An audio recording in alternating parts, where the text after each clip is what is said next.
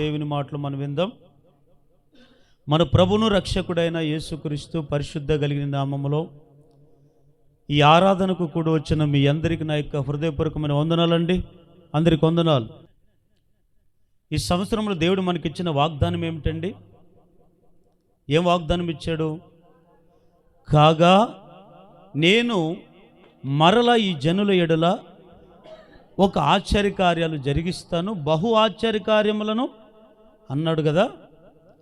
అయితే ఎవరి జీవితంలో కార్యాలు జరిగిస్తావయ్యా అని మనం అడిగినప్పుడు, ఎవరైతే దేవునికి భయపడతారో వారి జీవితంలో జరిగిస్తానన్నాడు. ఎవరైతే దేవుని మాట విని ఆ మార్గంలో నడుస్తారో వారి జీవితంలో జరిగిస్తానన్నాడు. ఎవరైతే బీదలను కటాక్షిస్తారో వారి జీవితంలో జరిగిస్తానన్నాడు. ఎవరైతే సేవకునికి ఆతిథ్యం ఇస్తారో వారి జీవితంలో జరిగిస్తానన్నాడు. నిన్న ఆదివారం ఏం చెప్పుకున్నాం? వినిన వాళ్ళు చెప్పండి.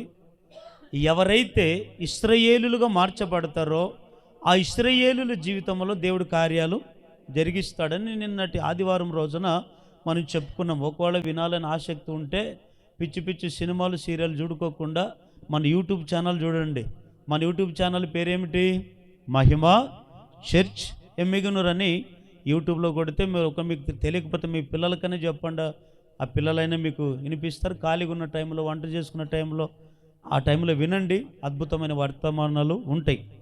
ఈరోజు కూడా ఒక విలువైన అద్భుతమైన సందేశాన్ని ఈ పూట నేను మీకు అందిస్తాను.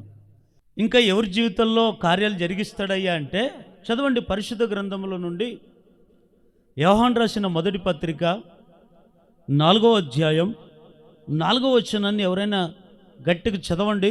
చిన్నపిల్లలారా, మీరు దేవుని సంబంధులు, మీలో ఉన్నవాడు లోకములో ఉన్నవాని కంటే గొప్పవాడు. చాలు. అందరు గట్టిగా హల్లెలూయా అని చెప్పండి. ఇంకోసారి హుషారుగా చెప్పండి. వినండి. ఇక్కడ ఇంకా ఎవరి జీవితంలో కార్యాలు జరిగిస్తాడయ్యా అని మనం ఆలోచన చేస్తే ఈరోజు అంశం పేరేమిటంటే మీలో ఉన్నవాడు ఎవరు? చెప్పండి. అందరు కలిసి ఒకేసారి చెప్పండి. మీలో ఉన్నవాడు ఎవరు? ఒకసారి మనకు పరీక్షించుకోండి. మీరు అనుకుంటున్నారు మేము ఒక్కరమే ఉన్నాము, మాకెవరు తోడు లేరు, మాకెవరు అండగా లేరు, మేము ఒక్కరమే ఉన్నాము అని కొన్నిసార్లు నిరాశ నిస్పృహల్లో ఉంటారు. ఎప్పుడే కానీ మనలో ఒకడు ఉన్నాడనే మాట వాస్తవం. ఎవరున్నారు మనలో? ఎవరున్నారు మనలో అంటే ఇప్పుడు దేవుడు మనల్ని నరరూపిగా సృజించి దేవుని పోలికకు పుట్టించి ఏం పెట్టాడు మనలో? మనలో ఏముందంటే ఆత్మ ఉంది, ప్రాణము ఉంది, శరీరము ఉంది. శరీరము కనబడుతుంది. ఈ ఆత్మ ప్రాణము మనలో ఉండి ఎవరికి కనపడవు. ఆత్మతో పాటు ప్రాణముతో పాటు మనలో ఒకడున్నాడు. అది చాలామందికి తెలీదు. మనలో లేకుండా ఉన్నవాన్ని గుర్తించుకోకుండా కొన్నిసార్లు గురుడితనం జీవితంలో జీవిస్తున్నాం. ఎఫెసీయులకు రాసిన పత్రిక 4వ అధ్యాయం 5, 6 వచనాల్లో ఒకసారి చదవండి. ఉప్పు ఒక్కడే, విశ్వాసం ఒకటే, బాప్తీసం ఒక్కటే. ఈ మాట నోటెడ్ చేసుకోండి. అందరికీ తండ్రి అయిన దేవుడు ఒక్కడే, ఆయన అందరికీ పైగా ఉన్నవాడై ఎక్కడున్నాడు? అందరిలోను వ్యాపించి అందరిలో ఉన్నాడు. హల్లెలూయా. అంటే ఇప్పుడు మన హృదయంలో ఎవరు ఉండాలి? మనలో ఎవరు ఉండాలి? దేవుడు ఉండాలా వద్దా? ఉండాలి కదా. ఈరోజు మన జీవితంలో ఎందుకు కార్యాలు జరగట్లేదయ్యా అంటే దేవుడు మన జీవితంలో ఉంటేనే కార్యాలు జరిగిస్తాడు. మరి దేవుడు లేకుంటే కార్యాలు జరుగుతాయా? దేవుడు మన హృదయంలో లేకుంటే కార్యాలు చూస్తామా? దేవుడు మనలో లేకుంటే కార్యాలు జరుగుతాయి అంటారా? జరగవు. ఎవరి హృదయాల్లో ఎవరి లోపలనైతే దేవుడు ఉంటాడో వారి జీవితంలో మాత్రం కార్యాలు జరుగుతాయి అంట. చెప్పండి, ఎవరున్నారు మనలో? కరెక్ట్గా చెప్పండి. మనలో ఎవరున్నారు అనుకుంటున్నారు? కరెక్ట్ చెప్పండి. దేవుడున్నాడా? దేవుడున్నాడని వాళ్ళు గట్టిగా హల్లెలూయా చెప్పండి. విశ్వాసంతో చెప్పండి. ఉన్నాడా లేదా? మరి దేవుడు లేడు. మరి ఎవరున్నారు? దేవుడు కదా మన హృదయంలో ఉండాల్సింది. మరి ఎవరున్నారు మనలో అంటే చదవండి ప్రకటన గ్రంథము 12వ అధ్యాయము 12వ వచనం. పరలోక నివాసులారా ఉత్సాహించుడి, భూమి సముద్రమా మీకు శ్రమ. అపవాది తనకు సమయము కొంచెమని తెలుసుకొని బహుక్రోధము గలవాడై మీ యొద్దకు దిగి వచ్చి ఉన్నాడని చెప్పాను. చాలు వినండి. ఈరోజు మనము దేవుడు పుట్టించాడు కదా, మనలో ఆత్మతో పాటు ప్రాణముతో పాటు దేవుడు కూడా మనలో ఉండాలి. కానీ అందరిలో లేడు. వాక్యం అనింది అందరిలో దేవుడు ఉన్నాడని చెప్తుంది ఎఫెసీయులకు రాసిన పత్రికలో. మరి అయితే కొందరిని చూస్తే కొందరిలో దేవుడు లేడంట. మరి ఎవరున్నారు తెలుసా? అపవాది. ఎవరు చెప్పండి? ఈ అపవాది సాతాను, వానికి 3-4 రకాల పేర్లు ఉన్నాయి. ఏమేం పేర్లు టకటక చెప్పండి. 1 లూసిఫర్, 2 అపవాది, 3 సాతాను, 4 తెల్దా ఘట సర్పం, 5 అబద్ధ ప్రవక్త.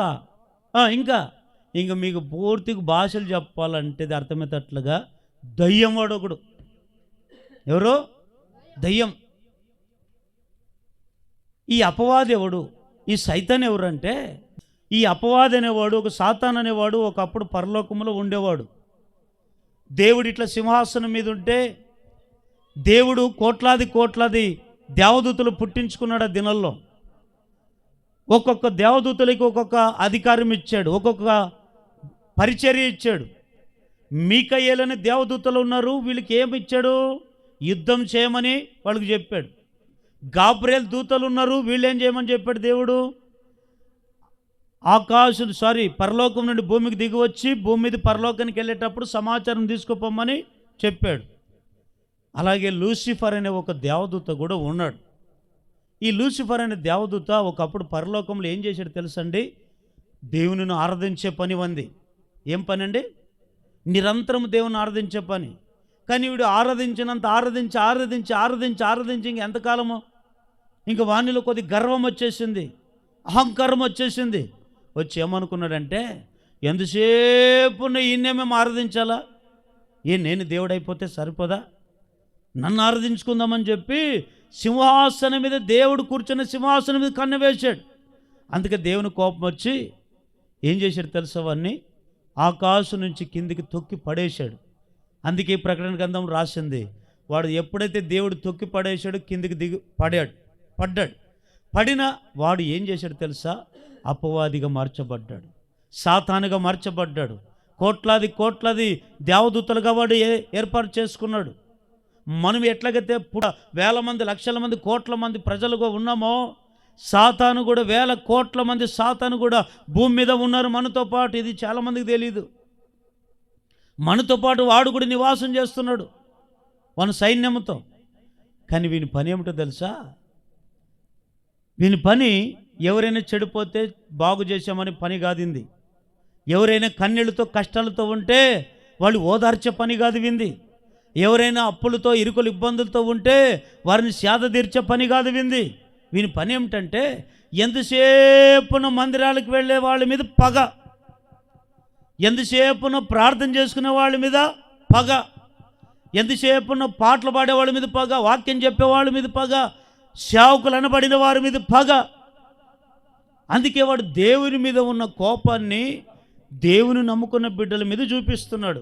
అందుకని ఇక్కడ అంటది, ఏమని రాయబడిందంటే, భూమి మీకు శ్రమ, ఉత్సహించుడి, భూమి సముద్రము మీకు శ్రమ. ఎందుకు శ్రమ? ఈ భూమి మీద ఎవరున్నామో మనమున్నాం. ఈ భూమి మీద నివాసం చేసే ప్రజలకు శ్రమ. ఎందుకు శ్రమ అంటే, అపవాదనబడిన వాడు పైనుంచి కిందికి పడి ఏం చేస్తున్నాడు తెలుసు? ఇప్పుడు మనల్ని ఏం చేస్తున్నాడు చెప్పండి? అక్కడ క్రోధముతో కొంచెం సమయమే ఉందనేవాడు సమయాన్ని వేస్ట్ చేసుకోకుండా మనల్ని చెడుపుతున్నాడు. మనల్ని ఏం చేస్తున్నాడంటే విశ్వాసులను చల్ల చెదరు చేస్తున్నాడు. అది వాని పని. మొదటి పేతురు రాసిన పత్రిక 5వ అధ్యాయం 8వ వచనంలో కూడా పేతురు ఏమని అన్నాడు చదవండి. ఏ బుద్ధి ఉండాలి మనకి?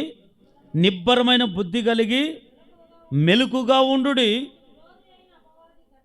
ఏమంట మీ విరోధి అయిన అపవాది ఎట్లా తిరుగుతున్నాడు? గర్జించు సింహం వలె ఎవరు మృంగుదునా అని వెతుకుతూ. ఈరోజు చూడండి, గట్టిగా వెళ్ళి చెప్పండి ఒకసారి. మనం సాహిత్యాన్ని వెతుక్కోపోవాల్సిన అవసరంలే. వాడే మన దగ్గరికి వెతుక్కుంటూ వస్తున్నాడు. వాడే మనల్ని వెతుక్కుంటూ వస్తున్నాడు. మనం వెతకాల్సిన పనిలే సైతం. మీరు అనుకున్నారు సైతాన్ని ఎట్లుంటాడు చెప్పండి. సినిమాలో చూసి ఉంటారు కదా, సైతాన్ అంటే 2 కమ్ములు 2 పండ్లు నల్లగా ఉంటాడు చూడు. ఈ రూపంలో వాడనుకుంటున్నారా? సాతాను కూడా దూత వలె మెరుపు వలె ఉన్నాడంట. వాడు కూడా తెల్లటి బట్టలు వేసుకొని ఎప్పుడో ఈ భూమి దిగి వచ్చి సంఘంలో చొరబడ్డాడు. దేవుని బిడ్డలారా, వాడి పని ఏమిటంటే ఎవరైతే వానికి చోటిస్తారో వారి హృదయాలకు వెళ్తే, అందరి హృదయాలకు వెళ్ళడు వాడు కూడా. కొందరు ఎవరి హృదయంలోకి వెళ్తాడు, ఏ రూపంలో వెళ్తాడంటే వినండి. అవ్వాదమును దేవుడు ఏదోను తోటలో నిర్మించినప్పుడు దేవుడు ఏం చెప్పాడు? మీరు అన్ని పండ్లు తినండి, ఈ పండు మాత్రమే. ఏ పండది? మంచి చెడ్డల తెలివినిచ్చు వృక్షఫలాన్ని మీరు తినకూడదని దేవుడు ఆజ్ఞ ఇచ్చి మరి గట్టిగా చెప్పి ముద్ర వేసి మరి వెళ్ళాడు. ఏ రూపంలో వచ్చాడు? అవ్వ దగ్గరికి చెప్పండి. ఏ రూపంలో వచ్చాడు? ఈ అవ్వ వెళ్ళి ఏ పండు అయితే తినొద్దన్నాడు ఆ పండు చూసుకుంటే నిలబడింది. ఆ పండు ఎట్లా కనపడింది? ఆమె కండ్లకి అందంగా మధురముగా కనపడింది, కండ్లకు అందంగా కనపడింది. అప్పుడు ఈ సర్పం రూపంలో వచ్చాడు ఈ సైతాన్ గాడు. ఏం చేశాడంటే, ఇప్పుడు ఆమెతో నేను మాట్లాడాలంటే డైరెక్టర్కి రాడు, ఒక రూపం తీసుకొని వస్తాడు. ఎవరి రూపం అంటే ఈ సాతాను గాడు అనేటువంటి వీడు పాముని చూశాడంట. ఏదోను తోటలో ఒక పాము ఉంది. ఏదోను తోటలో అవ్వాదం ఒకటే కాదు ఉండేది, వృక్ష ఫలంలోటే కాదు ఉండేది, జంతువులు కూడా ఉన్నాయి. ఈ జంతువులలో ఒక జంతువు ఏమిటంటే ఈ సర్పం, పాము. ఈ పాము వచ్చింది, అప్పుడు పాము కనపడింది. వెంటనే సైతాను గాడు ఈ పాములోకి ప్రవేశించాడు. ఈ పాము రూపంలో వచ్చి ఏమన్నది? ఈ పాము ఇట్లా ఇట్లా ఇట్లా ఇట్లా కదా వచ్చేది. పాము ఇట్లా ఇట్లా ఇట్లా ఇట్లా వచ్చి ఇట్లా నిలబడింది. వీడు నిలబడింది. రే పావులుగా నిలబడరా, నువ్వు అవ్వ అనుకో, కాసేపు అట్లా నిలబడ. ఇన్ని చూడండి. ఇట్లా వచ్చి నువ్వు దాన్ని బాగా చూడరా. ఏం కనపడింది? పాము కదరే, పండు. దేవుడు తినొద్దని చెప్పిన పండు. నిలబడి అట్లా చూస్తుంటే పాము ఇట్లా ఇట్లా ఇట్లా ఇట్లా ఇట్లా వచ్చి ఇట్లా నిలబడి ఏమంటుంది? అవ్వా అనింది. ఇటు తిరిగి చూశాడు. తిరిగి చూసిన అవ్వకి ఏం చెప్పాడు? ఇదిగో నిజమా అనింది. నిజంగా ఆ పాము అంటే ఈ సైతానుకున్న కుయుక్తు బుద్ధులు మామూలు ఉండవు. నిజమా అనింది. ఏమి అంటే, ఇదిగో పండు తినొద్దన్నాడు. నిజమా అంటే ఇప్పుడు ఏం పుట్టింది? నిజమే, మాకు దేవుడు చెప్పాడు. మాకు ఎవరు చెప్పాడు? దేవుడు చెప్పాడంటే, దేవుడు అట్లా కాదు. దేవుడు ఎందుకు తినొద్దన్నాడు తెలుసా? ఈ పండు తింటే నువ్వు దేవదూతల వలె. అంటే తెలుగు బైబిల్లో దేవదూతలని రాయబడి ఉంది. ఇంగ్లీష్ బైబిల్లో ఏముంటుంది తెలుసా? దేవుడు అని రాయబడి ఉంటుంది. అంటే ఈ పండు తింటే నువ్వు దేవుడైతావని చెప్పింది. ఎప్పుడైతే దేవుడైతే అని చెప్పిందో ఈ అవ్వకి ఇంకా ఆశ పుట్టింది. అవునా, నిజమా అని చెప్పి ఏం చేసింది తెలుసండి? అప్పుడు సరేలే అని చెప్పి, ఇదిగో ఆ పండు తింటే నువ్వు దేవుడైతావంటే మొత్తానికి ఆమెకి ఏం పుట్టింది? ఆశ పుట్టి పండు తీసుకొని తినింది. తిని ఊకే ఉంటుందా? తన కంటిన రోగం ఎవరు కనపడుతుంది? ఎవరికి ఇస్తుంది? ఈరోజు మనుషుల స్వభావం కొంతమంది ఎట్లుంటుందంటే, మనము బాగుపడకూడదు, అవతల వ్యక్తి కూడా. ఆ స్పిరిట్ ఈ రోజుది కాదు. ఇది ఎప్పుడో ఏదైనా తోటలో అవ్వాదామికి వచ్చిన ఆలోచనే, అవ్వకొచ్చిన ఆలోచనే ఈరోజు మనుషుల్లో వస్తుంది. కూర్చోర్రా. ఇప్పుడు వచ్చి ఎప్పుడైతే ఆ తినొద్దని చెప్తే మీకు తీసుకొని తినింది. మొత్తానికి తినే ఏమైపోయారు? దేవుని దృష్టిలో బతికిన కూడా సచ్చిన వాడితో.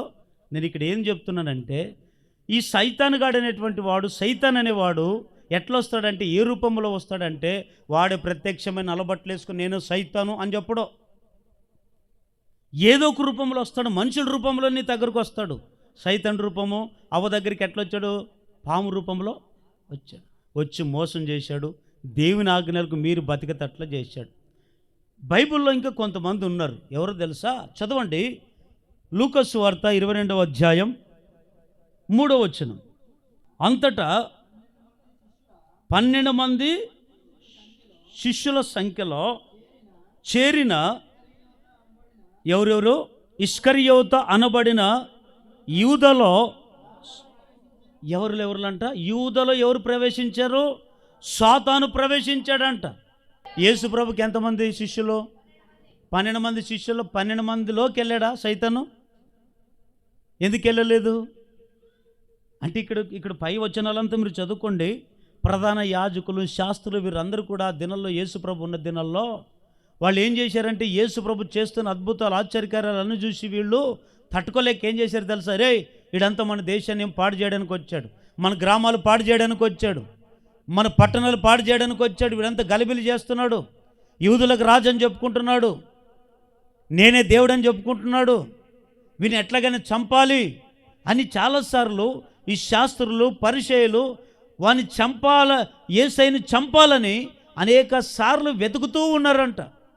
అప్పుడు ఆ సంగతి తెలుసుకున్నటువంటి యూద అప్పటికే యేసుప్రభు శిష్యుల్లో ఉన్నాడు, సహవాసములో ఉన్నాడు, సంఘములో ఉన్నాడు, యేసుప్రభు శిష్యుడిగా మార్చబడి యేసుప్రభు చేసి అద్భుతాలు చూసి, ఆశ్చర్యకార్యాలు చూసి, అన్ని చూసినటువంటి ఇంట్లో ఎవరు వచ్చారు తెలుసా? ఒకసారి, రే, వీరందరూ యేసుప్రభుని చంపాలనుకుని ఎదురు చూస్తున్నారా, నేను పట్టిస్తా, నాకెంత ఇస్తారో డబ్బు, కానీ ఈయనకి డబ్బు పిచ్చి కదా, ఎంతసేపు ఉన్న డబ్బు డబ్బు డబ్బు డబ్బు, ఈ డబ్బుకి వాడు ఎంత కకృతి పడేది తెలీదు. యూదా ఇస్కరియోతు యూదా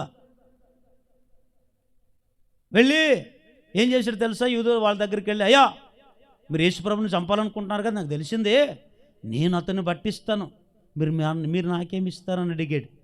వాళ్ళు ఏమన్నారు? నీకు ఎంత ఇవ్వాలి అడుగో అన్నారు.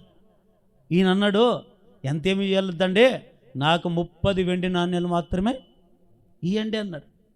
సరే, 30 వెండి నాణ్యాలు ఇస్తామని చెప్పి ఎప్పుడు అడిగాడు తెలుసా? ఎప్పుడైతే సాతాను వానిలోకి ప్రవేశించాడో వెంటనే వెళ్ళి ఎవరితో చేతులు కలిపాడు? శత్రువులతో.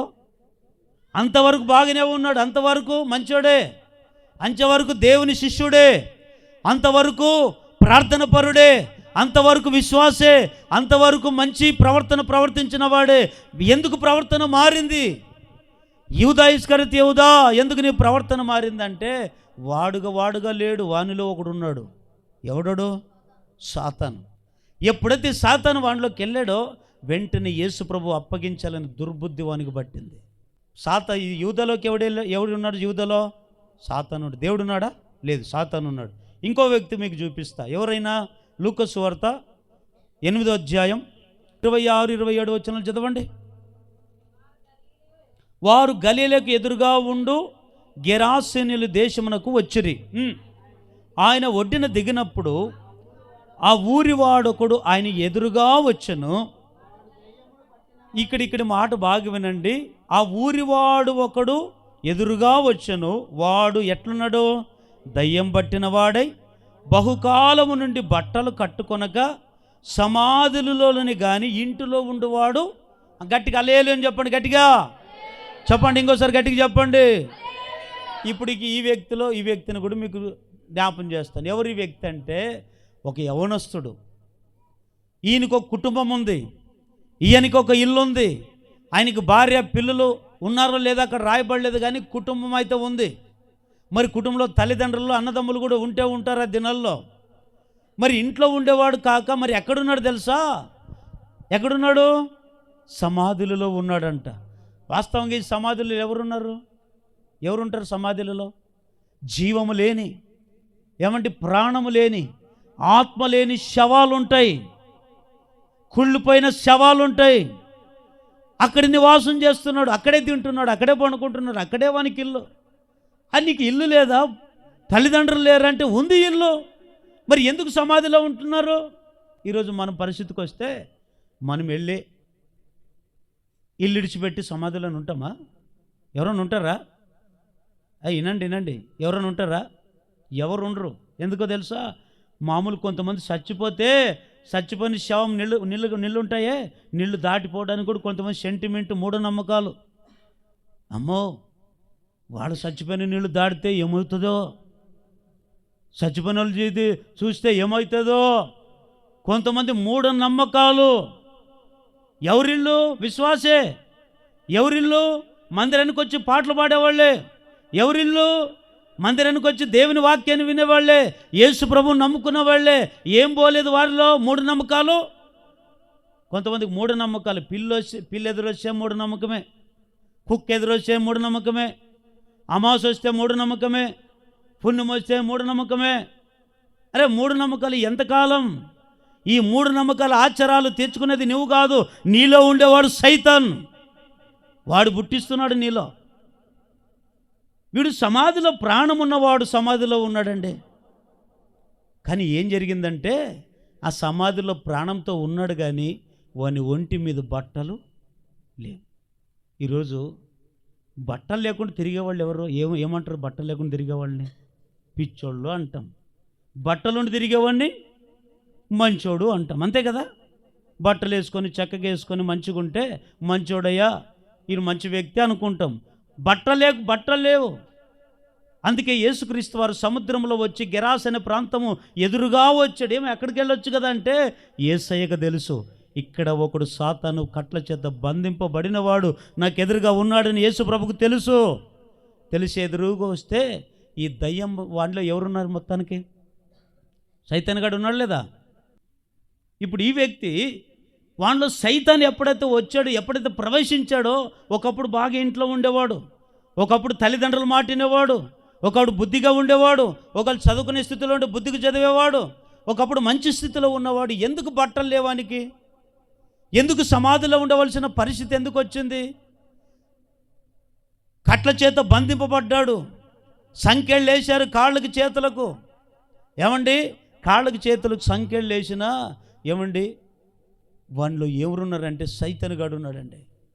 ఎందుకు బంధించారు? ఆఖరికి బట్టలేక వాడు గాయం చేసుకుంటున్నాడంట.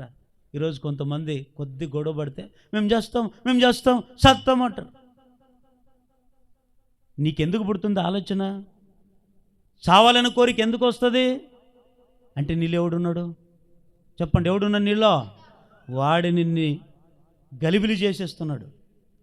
ఈ సైతానుగాడు ఎప్పుడైతే వానలోకి వెళ్ళాడో, బట్టలు లేకుండా గ్రామంలో తిరుగుతుంటే మనుషులు చూడలేక అనేక సార్లు బట్టలు కప్పినా బట్టలు ఉంచుకోలేదండి. ఎవరు పడితే కొట్టడానికి వెళ్ళాడు, ఎవరు పడితే వాడు తిడుతున్నాడు. ఎందుకంటే వాడగలేడు. వాడిలో ఎవడున్నాడు? సైతానుగాడు ఉన్నాడు. అది యేసుప్రభు గమనించి వెళ్ళి ఎదురుగా వస్తున్న యేసుప్రభుని చూసి, సర్వోన్నతుడైన దేవుని కుమారుడా, మాతో నీకేం పని అన్నాడా లేదా? అంటే అరిచింది ఎవడు? వాడా? వానిలో ఉండే దయ్యాలా? చదవండి అక్కడ కింద. ఏ వచనం చదువుతారు? 29వ వచనం నుంచి చదవండి. 30వ వచనం చదవండి. 30. వాడు అప్పుడు అట్లా అవన్నీ అరిచాడు కదా. అప్పుడు ఏమన్నాడు? యేసు నీ పేరేమని అడగగా ఎన్ని దయ్యాలంట? చాలా దయ్యములు వానిలో చొచ్చి ఉండెను గనుక వాడు తన పేరేం పేరు? అసలు వానికి ఒరిజినల్ పేరు ఉందా లేదా? వినండి, ఒరిజినల్ పేరు ఉందా లేదా? మరి ఆ పేరు చెప్పొచ్చు కదా. మరి ఈ పేరు ఎందుకు చెప్పాడంటే, వీడు సైతానుగాడు మామూలుడు కాదు. వీడిలో ఒక దయ్యం ఒకటి కాదు చాలా దయ్యాలు ఉన్నాయంట. అంటే సేన అంటే బైబిల్ ప్రకారం పండితులు చెప్తుంటే నన్ను 2000 పైబడినంటే ఒక సేన. ఎన్ని వేల మంది? 2000 మంది కలిస్తే ఒక సేన. పైబడే కానీ తక్కువ లేరు ఇక. కానీ ఈ రోజుల్లో మనం ఒక్క దయ్యం పడితే ఇంక ఎన్ని మంత్రాలు వేసినా, ఎన్ని అంతరాలు వేసినా, ఎన్ని టెంకలు తీసేసినా, ఎన్ని నిమ్మకాయలు తీసేసినా, ఎంత 4 రోడ్ల కింద ఏం తీసేసినా దయ్యాలు పోవే. మరి వీనిలో ఎన్ని దయ్యాలు? గెరాస్ అనే ప్రాంతంలో వీడు ఉన్నాడు కదా, యవన ప్రాయంలో ఉన్నాడు. ఎంత గాయపరుచుకుంటున్నాడు, చచ్చిపోవాలనుకుంటున్నాడు. ఎవరు నువ్వు అని యేసుప్రభు అంటే, నా పేరా సేన అన్నాడు. యేసు నామములో పో వీడన్నాడు. ఈ సైతానుగాడు అంటాడు ముందే ఎక్కడ పోవాలో కూడా కోరుకుంటున్నాడు. అయ్యా, నువ్వు ఎక్కడ పడితే అక్కడ నన్ను పంపించొద్దు, పాతాళానికి పంపించొద్దు. పాతాళానికి పంపిస్తే అక్కడ అగ్ని ఆరదు. అక్కడ నాకు వద్దు, నాకు ఎక్కడ కావాలి నా స్థానము? ఇదిగో పందులు మంది ఉంది. ఎందుకంటే ఈ పందల్లాగా ఉండేవాళ్ళు ఎవరు? పందుల మందు ఒకటి ఉంటుంది, మనిషి స్వభావం ఉండదు. కొంతమందికి పందుల స్వభావం, అవి పరిశుద్ధంగా ఉండవు. అందుకని వాక్యం అనేది కుక్కలకు పరిశుద్ధమైనది పెట్టొద్దు, పందులు ఎదుట చల్లొద్దు, ముత్యాలు చల్లొద్దు. ఎందుకంటే పందులకు తెలియదు విలువ, పందులకు తెలియదు దేవుని వాక్యం, పందులకు తెలియదు దేవుని విశ్వాసం, పందులు లాంటి మనుషులకు తెలీదు నీతి, నిజాయితీ, ప్రేమ, సిన్సియర్ అని. ఈ పందుల మందు కోరుకునింది పో, వెంటనే చేనంత సామంతా వెళ్ళి పందులు పడి చచ్చిపోయాయండి. ఇప్పుడు ఈ వ్యక్తులు ఎవరున్నారు? సైతాన్ ఉన్నాడు. యూదేస్కరేతు యూదులో ఎవడున్నాడు? ఈ గెరాసెన ప్రాంతంలో సమాధిలో ఉన్నవాడిని యవన ఇంకొక వ్యక్తి కూడా చూపిస్తాను. ఈమెలో ఎవరున్నారు తెలుసా? లూకా సువార్త 13వ అధ్యాయం 11వ వచనం. 18 ఏండ్ల నుండి ఫస్ట్ నుంచి చదవండి, 10వ వచనం నుంచి చదవండి. విశ్రాంతి దినమున ఆయన ఒక సమాజ మందిరములో బోధించినప్పుడు 18 ఏండ్ల నుండి బలహీనపరచు దయ్యము పట్టిన స్త్రీ అక్కడ ఉండెను. ఎక్కడ? గట్టిగా వెళ్ళి చెప్పండి, గట్టిగా ఇంకోసారి చెప్పండి హుషారుగా. అక్కడంటే ఎక్కడుంది? సమాజ మందిరం అంటే దేవాలయంలో ఉంది. ఈ మాట బాగా వినండి. మీరు అనుకుంటున్నారు దేవాలయంలో మేము ఒక్కరే ఉన్నాము. తో పాటు ఒకడున్నాడు. ఎవరిడో? సైతాన్. ఎక్కడో లేడు. నీవు ఇంటికాడ నుంచి వచ్చినప్పుడే నీ దగ్గర నుంచి వచ్చాడు. లేడు, నీ నుంచే వచ్చాడు. ఎక్కడికి వచ్చాడు? ఇంటికాడ నుంచి మందిరానికి వచ్చాడు. మందిరానికి వచ్చి ఏం చేస్తున్నాడు? నీవు పాట పాడినట్లు ఆయన కూడా పాటలు పాడుతున్నాడు, హల్లెలూయా చెప్తున్నాడు, చప్పట్లు కొడుతున్నాడు. హల్లెలూయా అనమంటే మీరేమంటున్నారు? వాడు కూడా అంటున్నాడు. ఇదే ఈ స్త్రీనే కారణం. ఈ సమాజ మందిరంలోనికి ఒక స్త్రీ వచ్చింది. ఆ స్త్రీలో ఎవరున్నారు? దయ్యం పట్టింది ఆమెకి. దయ్యం పట్టినప్పటి నుంచి ఏం వంగిపోయింది ఆమెకి? నడుము వంగిపోయిందంట. ఏం వంగిపోయింది? ఈరోజు నడుము వంగిపెట్టేట్లుగా చేసింది ఎవరు తెలుసండి? ఆమె కట్టుకున్న భర్త కాదు, కనిన పిల్లలు కాదు, ఎవరో కొడితే వంగిన నడుము కాదది, లేదా కింద పడితే వంగిపోయిన నడుము కాదది, పైనుంచి కింద పడితే వంగిపోయిన నడుము కాదది. సాతానుగాడు ఎప్పుడైతే ఆమెలోకి ప్రవేశించాడో అప్పటి నుంచి ఆమెకు మెల్లమెల్లగా నడుము వంగిపోయి ఉంది. నడుము వంగిపోయిన వాళ్ళు, బాగున్నవాళ్ళ పరిస్థితి ఆటాడుకుంటుందమ్మ. కాళ్ళు నొప్పులు, కిల్లి నొప్పులు, తలనొప్పి, ఆ నొప్పి, ఈ నొప్పి అంటుంటాం. మరి నడుము వంగిపోయిన అమ్మ స్థితి చూడండి ఒకసారి. కూర్చున్న చోట కూర్చుంటుందా? నిలబడిన చోట నిలబడుతుందా? నడిచిన చోట ఎక్కువ నడుస్తుందా? ఒకసారి ఆలోచించండి. ఎంతటి నడుము వంగిపోయిందంటే సైతానుగాడు అంత బలహీనపరిచాడంట. బలహీనపరిచి దయ్యం పట్టిన స్థితిలో నుంచి దేవాలయానికి వచ్చింది. కానీ అక్కడ కూర్చున్న వాళ్ళు ఎవరికి తెలియదు ఆమెలో దయ్యం ఉందని. కూర్చున్న వాళ్ళకి ఎవరికి తెలియదు ఆమెలో సైతానుగాడు ఉన్నాడని. ఎవరికి తెలిసింది? ప్రభు అయిన యేసుక్రీస్తుకి తెలిసింది. హల్లెలూయా. అందుకే ఆమె యేసు ప్రభు దగ్గరికి రాలే. వస్తుండగా మెట్లు అదే కడప దాటుతూ వస్తుండగానే ఏం చేసి, అమ్మా రా అన్నాడు. వంగిపోయిన నడంతో వచ్చిన వెంటనే చేయి ముట్టగానే వెంటనే ఆమెలో ఏం పోయి? దయ్యాలు వెళ్ళిపోయి. నేను అంటాను, ఈరోజు మీరు అనుకుంటారు మేము ఒక్కరే ఉన్నాం మందిరంలో. కాదు, మందిరంలో కూడా ఉంటాడు ఈనాడు సైతానుగాడు. సంఘంలో ఉన్నాడు సైతాను, నీలో ఉంటాడు సైతాను.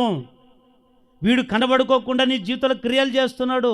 ఏం క్రియలు? కొందరు రూపంలో ఈ అవ్వ ఆదాముకి ఏ రూపంలో కనపడ్డాడు? పాము రూపంలో కనపడ్డాడు. మనందరికి కూడా ఏ రూపంలో ఉన్నాడు తెలుసా? ఆవేశం అనే రూపంలో ఉన్నాడు. ఏ రూపంలో ఉన్నాడు తెలుసా? డబ్బు, ధనాపేక్ష అనే రూపంలో ఉన్నాడు. ఇంకా ఏ రూపంలో ఉన్నాడు తెలుసా? అందం అనే రూపంలో ఉన్నాడు. ఇంకా ఏ రూపంలో ఉన్నాడు తెలుసా? అబద్ధాలనే రూపంలో ఉన్నాడు. ఈ రూపాన్ని తెలుసుకు ఎవరైతే సైతానికి చోటిస్తారో ఆ సైతాన్ని చోటుకి ఇచ్చేటువంటి వారిలోకి ప్రవేశిస్తాడు. ప్రార్థన హృదయంలోకి రాడు, విశ్వాసుల హృదయంలోకి రాడు, పరిశుద్ధంగా ఉండే వాళ్ళు హృదయంలోకి రాడు. ఎవరి హృదయంలోకి వస్తాడైతే ఎవరైతే అపరిశుభ్రంగా ఉంటారో, ఎవరైతే నోటికి దూళ్ళగా ఉండి, ఎవరైతే అబద్ధాలు చెప్తూ, ఎవరైతే ఇంకా లోక పాపముల మీద వ్యామోహం కలిగి ఉంటారో వారి హృదయంలోనికి దేవుస్తాడు. వారిలో ఉండి వారిని ఏలబడి చేస్తాడు. చెప్పండి, ఈ సైతానుగాడు ఎవరిలో ఉన్నాడు? ఒకటి యూదా ఇస్కరియోతు యూదాలో ఉన్నాడు. ఏం చేశాడు? వాడిలో ఉండి వాడు ఆఖరికి వాడు ఊరేసుకొని చచ్చిపోతేట్లుగా చేశాడు. ఈ గెరాస్ అనే ప్రాంతంలో ఆ సమాధుల్లోన ఎవరున్నాడు? ఒక యవనుడు ఉన్నాడు. వానిలో ఎవరున్నారు? సైతానుడు ఏం చేశాడు? బట్టలు లేకుండా తిప్పి పిచ్చోని చేశాడు. మూడవదిగా సమాజ మందిరానికి వచ్చినట్టు ఒక స్త్రీలో కూడా ఎవరున్నాడు? సైతాను ఏం చేసింది? ఆమెను వంగిపోయి బలహీనపరిచింది. ఈరోజు మన జీవితంలో కూడా ఒకవేళ సైతానుగాడు ఉన్నాడేమో ఒకసారి ఆలోచించండి. మరి మీరు అనొచ్చానా, మరి సైతాను ఉంటే ఎట్లా గుర్తుపట్టాలి, దేవుడుంటే ఎట్లా గుర్తుపట్టాలి ప్రవర్తనని మీరు అడగొచ్చు. నేను చక్కగా ఒక 3 మాటలు చెప్పి నేను ముగిస్తాను. సైతాను ఉన్నాడా లేదా మన హృదయంలో ఈరోజు పరీక్షించుకుందాం. అందరం మంచోళ్ళే, మనం ఎవరు అన్యాయస్థలం కాదు, మనం ఎవరు అబద్ధికులం కాదు, మనం అందరం ఎవరు పాపులం కాదు, మనమందరం మంచోళ్ళే. అందుకని ప్రసంగ గ్రంథంలో ఉంటుంది, దేవుడు యథార్థవంతులుగా చేశాడు. అయితే మనుషుడు ఏం చేసుకున్నాడు? తంత్రాలు కుట్రలు పడుతున్నారంట. మంచోళ్ళు కానీ దేవుడు సృజించాడు, మనలో తప్పులేదు.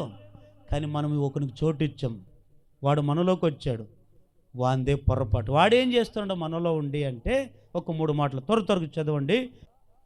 మత్తయి సువార్త 4వ అధ్యాయం 3వ వచనం. ఆ శోధకుడు ఆయన యొద్దకు వచ్చి, నీవు దేవుని కుమారుడివైతే రాళ్ళను రొట్టెలకు ఆజ్ఞాపించినట్లు.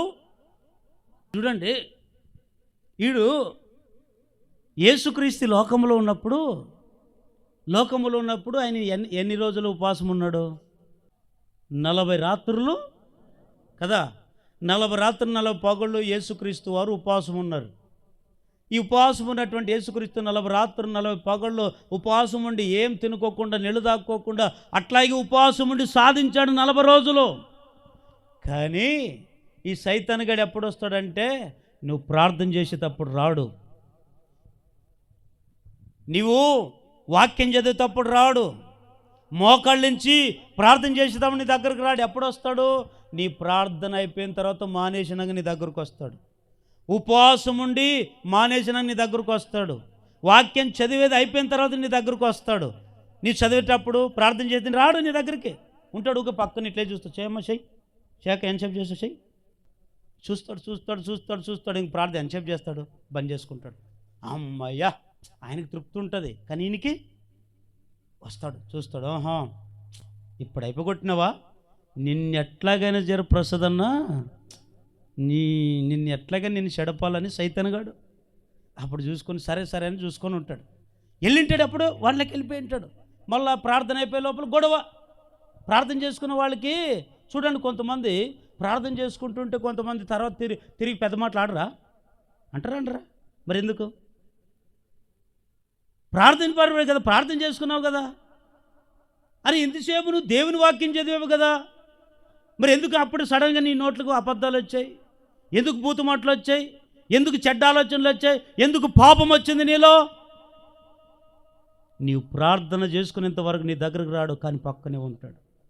వాక్యం చదివేంత వరకు నీలోకి రాడు, పక్కనే ఉంటాడు. యేసుక్రీస్తు 40 రాత్రులు 40 పగలు ఉపవాసం ఉన్నంత వరకు రాలేదండి. ఎందుకు రాలేదు తెలుసా? ఆయన ప్రార్థన చేస్తుంటే ఆయన చుట్టూ అగ్ని ప్రాకారం అనేది ఒకటి ఉంది.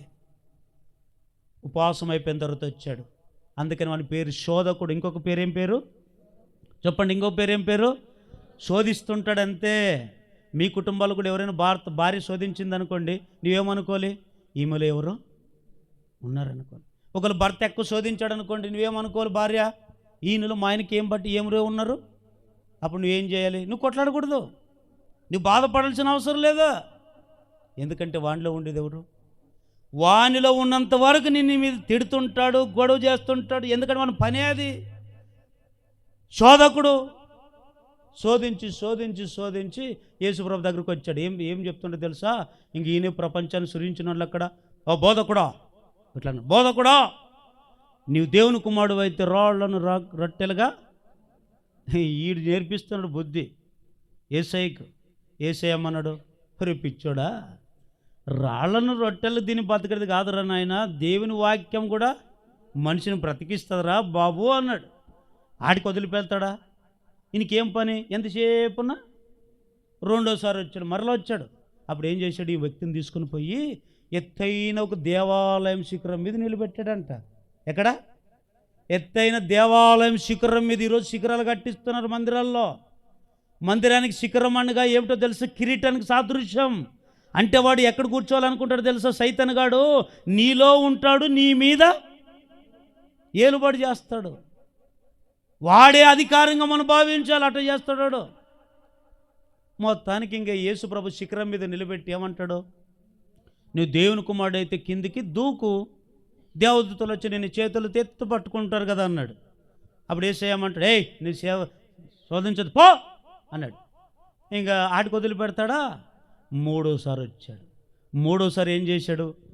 యేసయ్యను పట్టుకొని ఒక కొండ మీదకి తీసుకొని వెళ్ళి నిలబెట్టాడంట. ఎక్కడ? కొండ మీద నిలబెట్టి, ఆ కొండ మీద గుండు మీద నిలబెట్టి ఏం చెప్తున్నాడానికి? చదవండి కింద. ఇప్పుడు ఈ మాట ఇంపార్టెంట్.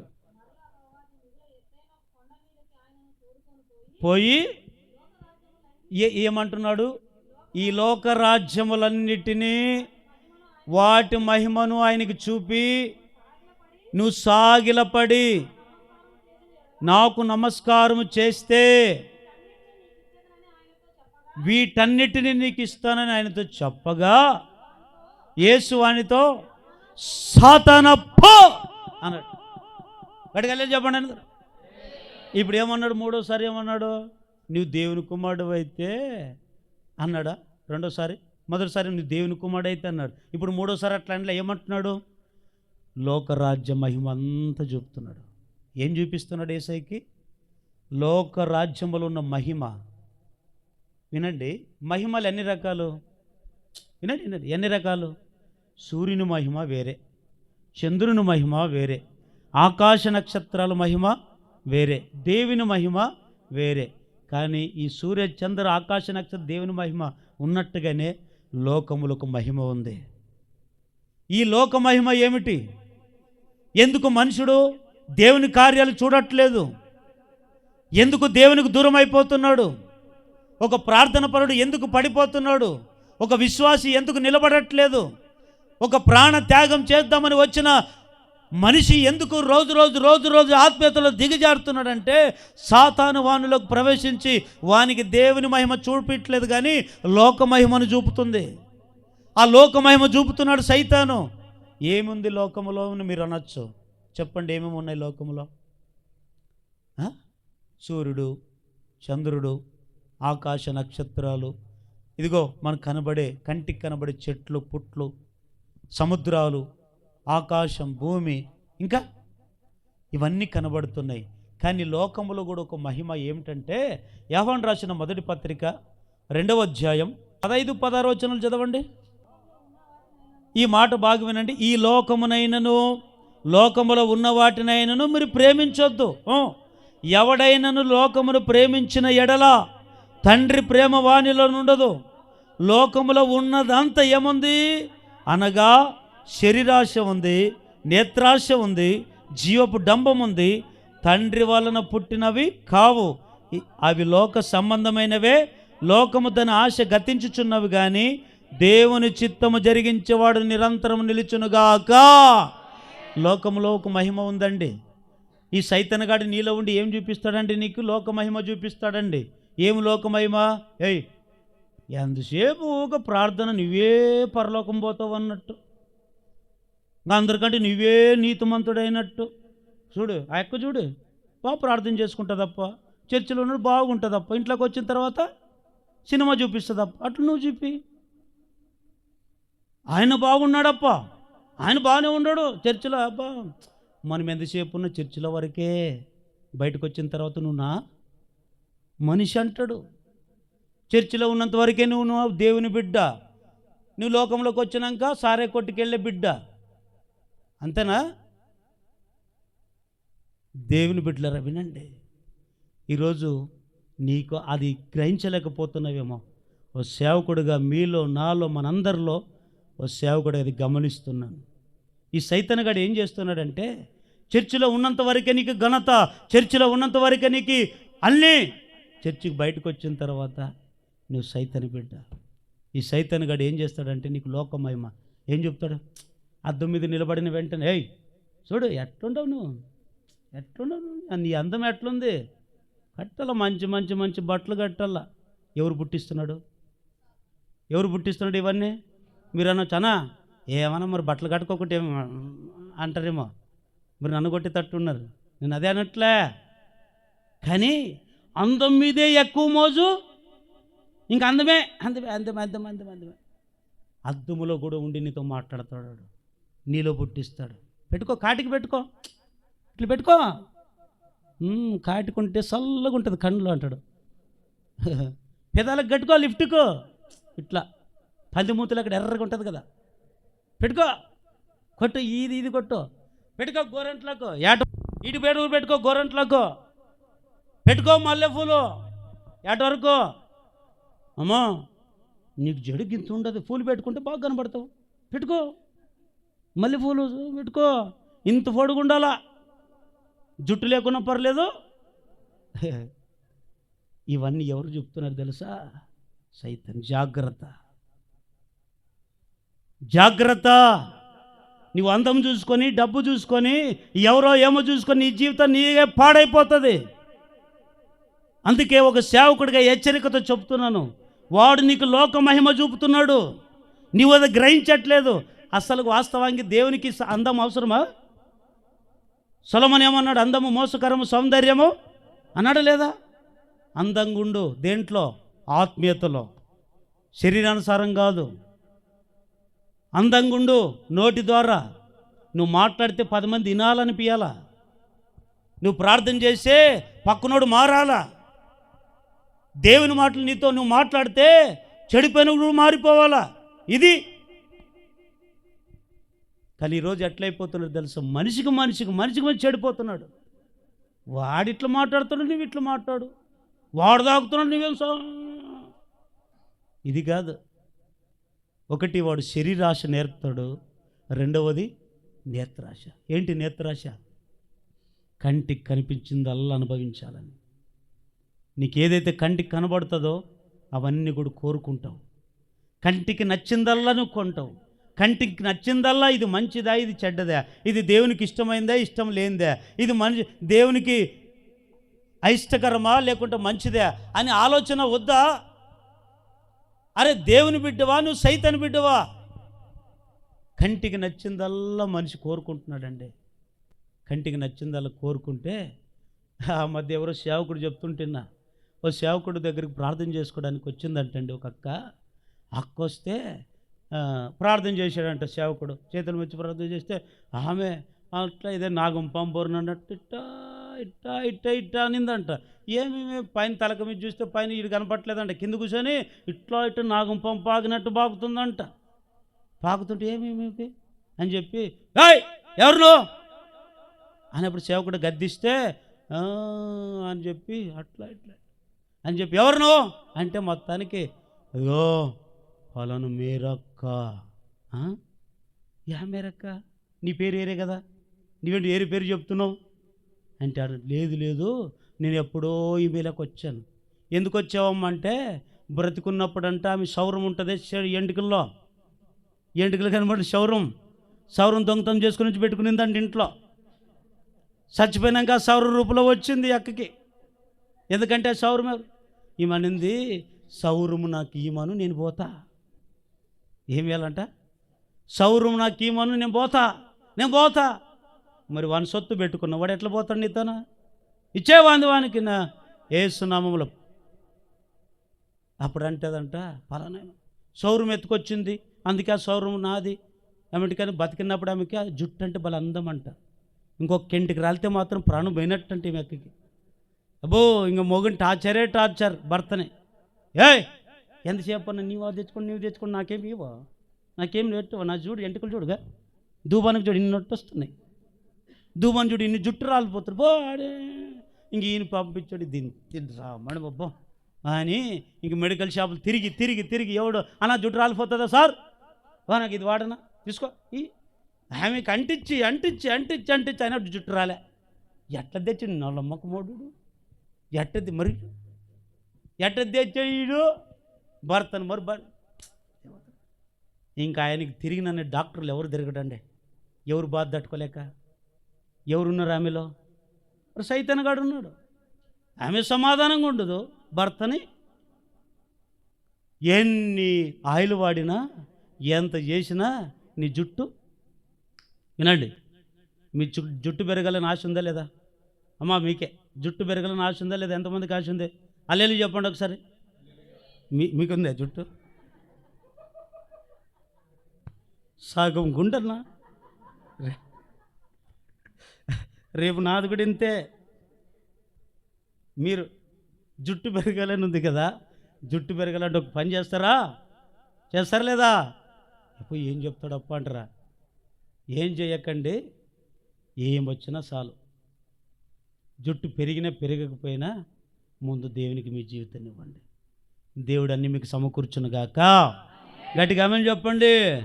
నేత్రాశ చూపుతాడు. మూడవది ఏమిటంటే జీవపు డంబం, కడుపు పొట్ట. కొంతమందికి దేవుళ్ళే ఎవరులే, కడిపే దేవుడు. ఆధారం అది తెలీదు, ప్రార్థన అంటే ఏమో తెలీదు. ఎంతసేపు ఉన్న జీవపు కడుపు నొప్పి, కడుపు తిప్పులు. ఏమన్నా ఆదివారం మందిరం రాలేదా? ఏం చేస్తావు? ఈరోజే మాకు పని. 6 రోజులలో ఇంటికాడ ఉండి బాగా నిద్రపోయి ఆవలించుకొని తిరిగి ఆదివారమే పని కొంతమందికి. కారణం ఏమిటయ్యా అంటే జీవపు డంబం. చూడండి, సైతాను గాడు చూపే మహిమ అలా ఉంటుంది. ఆ మహిమ ద్వారా నేను ఏం చేస్తాడంటే దేవుని వైపు త్రిప్పుకోకుండా శరీరాశ, నేత్రాశ, జీవపు డంబంలోనే నేను ముంచేస్తాడు. అట్లాగే నీ జీవితం నాశనం కావడానికి కొరకు. హల్లెలూయా. యేసే దగ్గరికి వచ్చాడు, యేసే వాని జయించాడు. నీ దగ్గరికి, నా దగ్గరికి వస్తాడు, నాలోకి రావాలని చూస్తాడు. చూడండి, యాకోబు రాసిన పత్రిక 4వ అధ్యాయం 13-16 వచనాలు చదవండి త్వరగా ముగించు. రేపైనను ఒకానొక పట్టణమునకు వెళ్ళి అక్కడ 1 సంవత్సరం నుండి వ్యాపారం చేసి లాభము సంపాదింతుము రండని చెప్పుకొని వారులారా.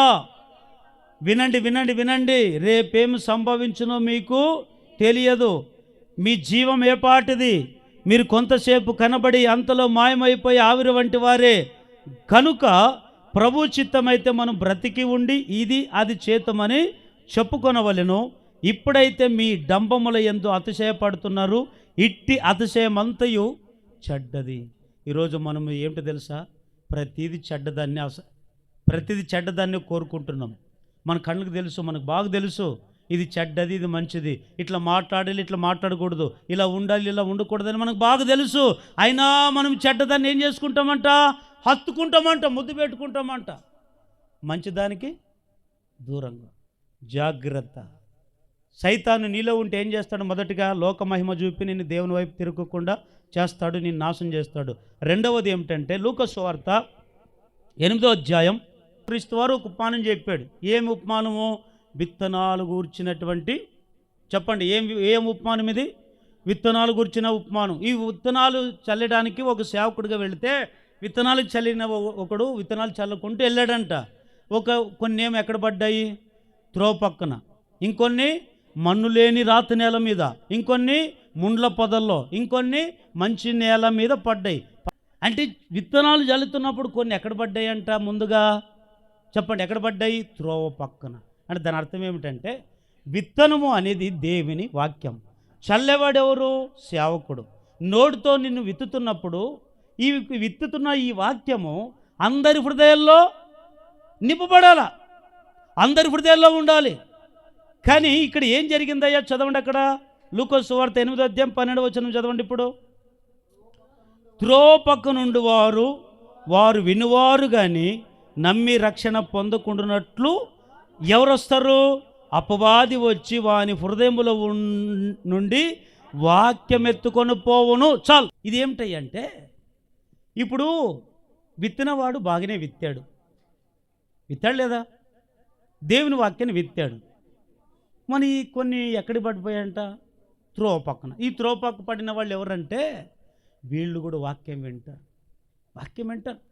వాక్యం వినరని చెప్పను, వింటారు. బాగా శ్రద్ధగా వింటారు. అబ్బా అంటారు, సంతోషపడుతుంటారు, అన్ని బాగుంటుంది. కానీ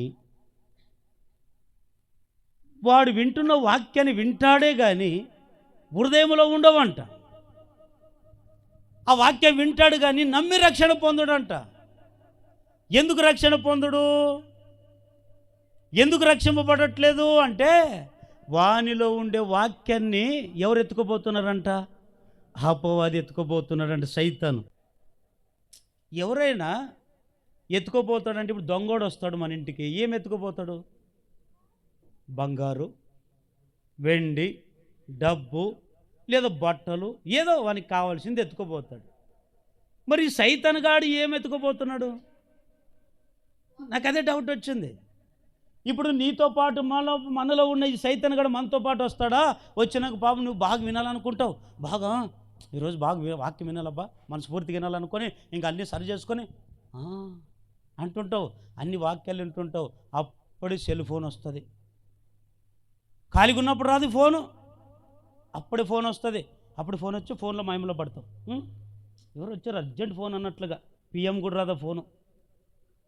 పిఎం అయినా ఫోన్ వస్తే అట్లా కూర్చుంటాడు, సీఎంకైనా ఫోన్లో ఎక్కువ అట్లా కూర్చుంటాడు. ఈ ఫోన్ వచ్చి అట్టటి చూసి ఎవరు వచ్చి హలో హలో అది ఏముంటుంది మరి కట్. ఇంకా కొంతమంది విచిత్రం, సెల్లులు కింద పెట్టుకుంటారా? ఎంతసేపు నీళ్ళు మనుషులు సెల్లు, నిజం సెల్లు చూసి చూసి చెవు ఎక్కడో ఉంటుంది. ఎన్నేళ్ళ నుంచి మందిరానికి వస్తావు అక్క?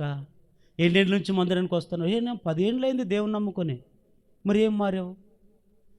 ఎంతవరకు నీ హృదయంలో వాక్యం ఉందంటే నీవు దేవుని మందిరానికి వస్తున్నావు, మంచిదే, పాటలు పాడుతున్నావు, మంచిదే. మరి ఎంతవరకు నీ హృదయంలో వాక్యం నిలుస్తుంది? వచ్చినా నీవు దేని మీద దృష్టి పెట్టావు? దేని మీద నీ మనసు? సెల్లు చూస్తారు కొంతమంది, సెల్లు. ఈరోజు నువ్వు ఎందుకు వస్తున్నావు మందిరానికి? మారడానికే? మారిన వాళ్ళు కూడా చెడపడానికే? బాగుపడడానికే? చెడగొట్టడానికే? ఎందుకు నీవు వస్తున్నట్లు? ఎందుకు దేవుని నమ్ముకున్నావు? ఏం సాధించామని దేవుని నమ్ముకున్నావు? పరలోకం చేరుతామని దేవుని నమ్ముకున్నావా? నరకానికి వెళదామని దేవుని నమ్ముకున్నావా? మందిరానికి వస్తున్నావు, ఏంటి మీద నీ దృష్టి? అంటే ఇదంతా వీళ్ళు చేసే పని కాదు, నీ పక్కలో ఉండి నీలో ఉండి సైతాను గాడు చేస్తున్న పని. వాడు ఏం చేస్తున్నాడంటే అప్పుడే టక్కని ఫోన్లు లేపిస్తాడు, సెల్లులు చూపిస్తాడు, అక్కడెక్కడ తిరగమంటాడు, లేదా చర్చిలో ఎవరైనా ఒకరిని లేపి వ్యతిరేక సాలే ఇంక ఎంచప్ చేస్తాం, మాకు అన్ని వాక్యం తెలుసులే కూసో అనే తట్లు చెప్పిస్తాడు. జాగ్రత్త. ఇప్పుడు ఈ వ్యక్తి విత్తనాలు చల్లి ఆ త్రో పక్కన పడినటువంటి దానికి వెళ్తే వాళ్ళు వాక్యం విన్నారు, కానీ వాని హృదయంలో ఉండే వాక్యాన్ని సైతాను గాడు, దేవుని బిడ్డలారా, సైతాన్ అంటే మామూలుడు కాదు. సైతాన్ అంటే నిన్ను నన్ను ఏమండి చిట్టుకుని వెళ్తా నన్ను మనములు ఓడిస్తాడు. ఎందుకంటే దేవుడు వానికి కొంచెం సమయం ఇచ్చాడు. ఆ సమయంలో ఉన్న కొంచెం సమయాన్ని వాడు నువ్వని వ్యర్థం చేసుకుంటున్నావు, నువ్వని వ్యర్థమైన పనులు పోయి పాడు చేసుకుంటున్నావు, కానీ వాడు సమయాన్ని వృధా చేయడు. నిన్ను చెడిపే విషయంలో, నిన్ను నాశనం చేసే విషయంలో సమయాన్ని కొంచెం ఉందని చెప్పి క్రోధం కలిగిన వాడై నిన్ను ఎట్లా నాశనం చేయాలో అట్లా నాశనం చేస్తాడు. అది నీకే అర్థం కాదు. నువ్వు వెళ్ళే మార్గం కరెక్ట్ అనిపిస్తుంది, నేకేమో బాగానే ఉన్నాను, నాకేం బాగానే కరెక్ట్గా ఉన్నాను అంటుంటావు, కానీ అట్లకి చెడిపోయి ఉంటావు. సైతాను గాడు చేసే పని అదంతేనండి. ఇడు ఏం చేస్తాడంటే ఈ పని వింటున్న నీ వాక్యాన్ని హృదయంలో ఉండనియడు. అంటే ఇప్పుడు వచ్చేది ఒక 30 మంది వచ్చింటారు, ఆ 30 మందిలో ఉంది వాక్యం, ఒక 2 3 వై అందరిలో ఎందుకు లేదు ఈ వాక్యం అంటే విన్నావు, కానీ నీ హృదయంలో ఉండే వాక్యాన్ని వాడు ఎందుకు? అక్కడే మనం ఆలోచన చేయాలి. వెండి ఎత్తుకుపోవచ్చు కదా, బంగారు ఎత్తుకోపోవచ్చు కదా, ఇంకోటి ఎత్తుకోపోవచ్చు కదా. ఆ మధ్య ఒక పెళ్లి చేసి ఇదొక మాట మర్చిపోయి చూడండి, ఇప్పుడు గుర్తొచ్చింది, గట్టికెళ్ళి చెప్పండి. ఇప్పుడు విత్తనాలు చల్లిన తర్వాత ఎందుకు ఎత్తుకోపోతాడంటే ఈ వాక్యం నీలో ఉంటే నీవు బాగుపడతావు. ఈ వాక్యము నిన్ను స్థిరపరుస్తుంది, ఈ వాక్యము దేవుని యొద్దకు నడిపిస్తుంది, ఈ వాక్యం బాధలో నీకు నెమ్మది కలగజేస్తుంది, ఈ వాక్యం నిన్ను పరిశుద్ధపరుస్తుంది, ఈ వాక్యం నిన్ను శుద్ధి చేస్తుంది, ఈ వాక్యము నిన్ను నూరంతలుగా ఫలింపజేస్తుంది. అందుకే సైతాను గాడు నీలో ఉండి నీ హృదయములో వాక్యమును ఎత్తుకొని పోతాడు. అందుకే నీకు మార్పు లేదు ఇంకా. అర్థమైందా? అందుకే నీకు ఇంకా ఆత్మీయురాలుగా ఎదగలేకున్నావు, అందుకే నువ్వు ఆత్ముడిగా ఎదగలేకపోతున్నావు. అందుకే వాక్యాన్ని ఎత్తుకుపోతాడు. రెండవదిగా వాడు చేసే పని కుట్ర ఏమిటంటే ఏమండి, మన హృదయంలో వాక్యమును నిలవకుండా ఎత్తుకొని పోయి మనల్ని నాశనం చేస్తాడు. హల్లెలూయా చెప్పండి గట్టిగా. ఆ అపోస్తుల కార్యం 20:7-8 చదువుకోండి. ఇక్కడ ఒక సంఘటన జరుగుతుంది.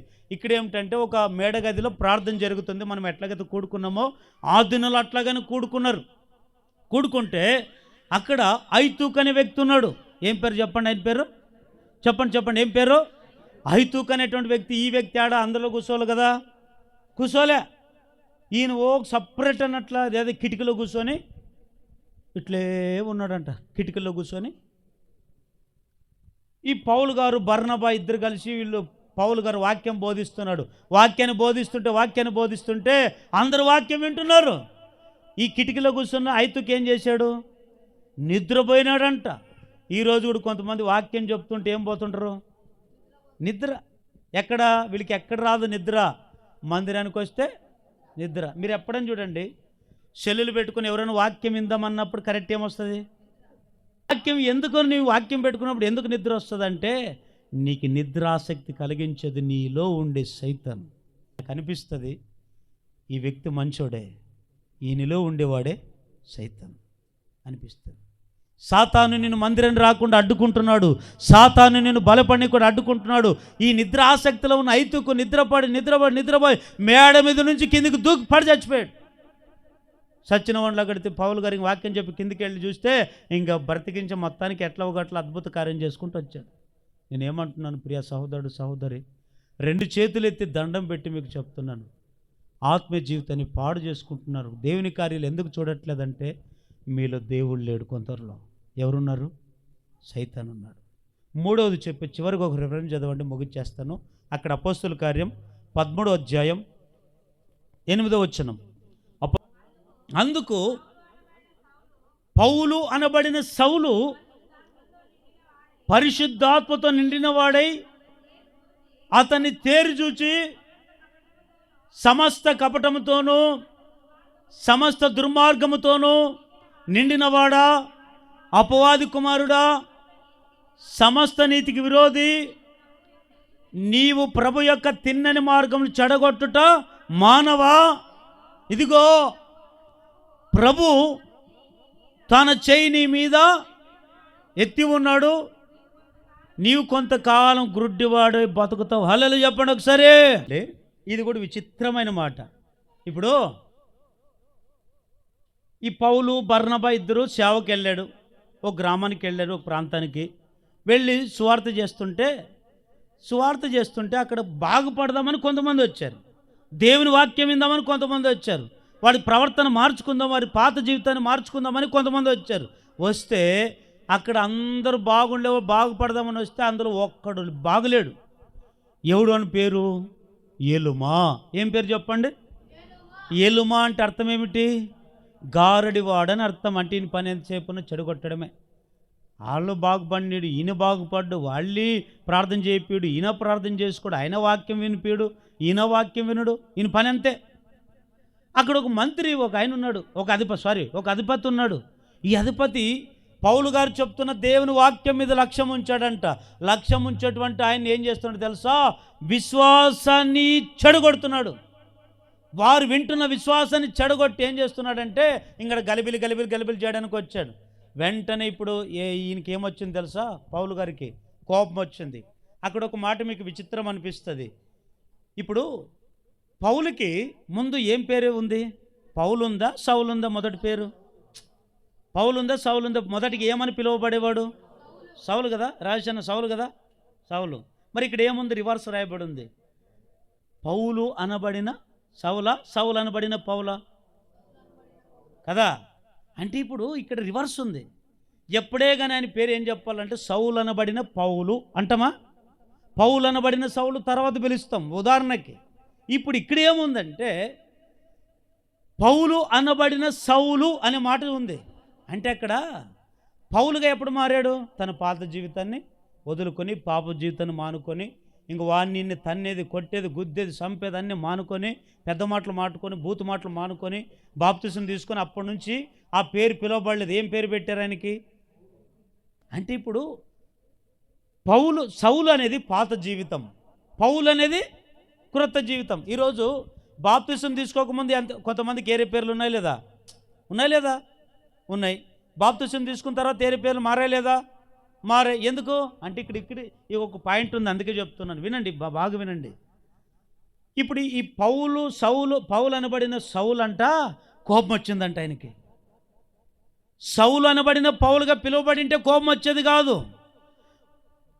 పౌలు అనబడిన సౌలుగా పిలువబడినప్పుడు కోపం వచ్చింది. ఎందుకంటే ఇప్పుడు ఈయనలో ఒకడు వచ్చాడు.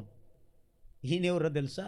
పాత ఏమి అలవాట్లు ఉంటాయే కొంతమందిలో, ఇంకా అలవాట్లు బయటకు వచ్చాయి. కొంతమంది అంటారు, నన్ను దడవద్దు, నన్ను దడివితే నాలో ఉండే ఒకటి రేపొద్దు అంటారు కొంతమంది. నాలో ఒకడు ఉన్నాడు, ఎవడాడో అంటుంటారు కొంతమంది. నన్ను దడితే చూడు ఇంకా పాత, నేను మరి ఇంక పాతలాగా మారుతా.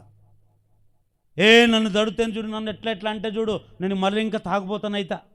అప్పుడు చూడు, అప్పుడు ఎట్టుంటే ఇప్పుడు ఎట్టున్నాను, బుద్ధికి మారిన బాగుండు. మరి అట్లా ఉండి లేపుతావా అంటే పండుకున్న సింహాన్ని లేపుతావంటారు కొంతమంది. అంటే ఇప్పుడు పౌలు గారికి కూడా కోపం వచ్చింది. ఎందుకు కోపం వచ్చిందయ్యా? సేవకునికి ఊకు కోపం రాదు. సేవకునికి ఊకు కోపపడు, ఆవేశపడు. సేవకుడు కోపపడ్డానికి కూడా కారణం ఉంటుంది. ఎందుకు కోపపడతాడయ్యా అంటే వినండి. ఇప్పుడు ఈ ఎలుమనబడిన వాడు అక్కడ దేవుని కార్యం జరుగుతుంది. దేవుని కార్యం విశ్వాసం జరుగుతుంటే ఈయన ఏం చేస్తుంటే కార్యాన్ని చెడగొడుతున్నాడు. మరి కోపం రాకుంటే ఏమొస్తుంది ఆయనకి? లేచి ఏమంటాడు? సమస్త విరోధి అపవాది కుమారుడా, సమస్త నీతికి విరోధి అపవాది కుమారుడా, నీవు దేవుని కార్యాలు చెడగొట్టడం మానవా అని చెప్పి శపించాడంట. నీవు కొంతకాలం నువ్వు గుడ్డువాడిగా బతుకుతావు అన్నాడు. బతుకుతావంటే అప్పుడు వాడు నిజంగా ఏమైపోయాడు తెలుసా? గుడ్డివాడిగా మార్చబడ్డాడండి. ఈరోజు నేను చెప్పే మాట ఏమిటంటే, సాతాను నీలో ఉంటే విశ్వాసాన్ని నుంచి విడిపించి నరకానికి తీసుకుపోతాడు. సాతాను ఎవరిలోతో ఉంటాడో వాడు మూడో పని చేసేది ఏం పని చేస్తాడు? విశ్వాసం నుంచి తొలగించి ఎక్కడ తీసుకుపోతాడు? చెప్పండి, ఎక్కడ తీసుకుపోతాడు? నరకానికి. చెప్పండి, మరి చెప్పండి. విశ్వాసం నుంచి, నేను చెప్పినట్టు చెప్పండి, విశ్వాసం నుండి తొలగించి నరకానికి తీసుకొని పోతాడు. మరొకసారి, విశ్వాసం నుండి తొలగించి నరకానికి తీసుకొని పోతాడు. ఎవడాడు? నీలో ఉండే. అది అర్థమైందా ఇప్పుడు? అందుకని మన వాక్యం ఏమిటయ్యా అంటే, మీలో ఒకడు ఉన్నాడు. మీలో ఉన్నవాడు లోకములో ఉన్నవాడి కంటే గొప్పోడు కదా. లోకములో కూడా ఒక్కడే సైతాను గడండి. మరి మీరు అనొచ్చనా, మరి సైతాను మేము ఎన్నిసార్లు ప్రార్థన చేసుకున్నాం, ఎన్నిసార్లు ఉపవాసం ఉన్నాం, ఎన్నిసార్లు మేము చేసుకున్నాం, వాళ్ళని సైతాను పోవట్లేదన్నా, మరి ఏం చేయమంటావు? మేము ప్రార్థన చేయట్లేదా? చేస్తున్నాం. దేవుని వాక్యం వినట్లేదా? వింటున్నాం. మరి వాడు మాలో బలవంతంగా ఉన్నాడు, మరి ఏం చేయాలన్నా అని మీరు అనొచ్చు. వాడు ఈరోజు మీలో నుంచి పోవాలంటే ఒక చక్కటి మార్గం చెప్పి నేను ముగిస్తాను. మరి ఏం చేయాలి అంటే, యాకోబు రాసిన పత్రిక 4వ అధ్యాయం 7వ వచనం తర్వాత మీరు చదువుకోండి. అక్కడే ముందర సాతాను మీలో నుంచి పోవాలంటే, ఒకటి దేవునికి లోబడి ఉండండి, రెండవది సాతాన్ని మీలో నుంచి గద్దించండి. గద్దిస్తే వాడు మీలో నుంచి పారిపోతాడు. ప్రార్థన చేసుకోండి. కొందరు ప్రార్థన జీవితం లేదు, అందుకే సాతాను మీలోకి ప్రవేశిస్తున్నాడు. మందిరంలో ఉన్నంత వరకు భక్తిగా ఉంటున్నాం, మందిరంలో ఉన్నంత వరకు నీతిగా ఉంటున్నాం, మందిరంలో ఉన్నంత వరకు విశ్వాసిగా బ్రతుకుతున్నాం. అదే మందిరం దాటి వెళ్ళిపోతే ఒక పిశాచిలాగా మారుతున్నావు. మందిరం దాటి వెళ్ళిపోతే ఒక సైతాన్లాగా మారిపోతున్నావు. అసలు సైతానా విశ్వాస గుర్తుపట్టలేకపోతున్నారు.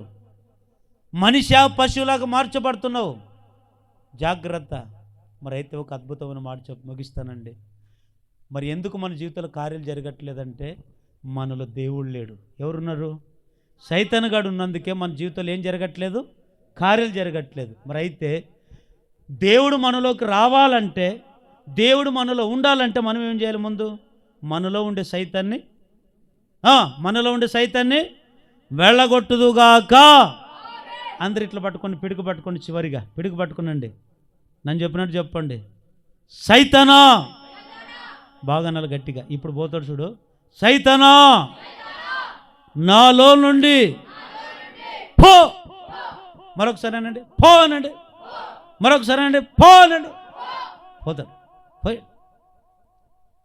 మరి సైతాను గాడు పోతే దేవుడు నీలోకి వస్తాడు. మరి దేవుడు నీలో ఉంటే మరి ఎట్లాంటి కార్యాలు చేస్తాడో ఇప్పుడు సమయం లేదు. వచ్చేవారం విందాం. దేవుడి వాక్యం ఎందరి హృదయంలో దేవుడు స్థిరపరచునుగాక.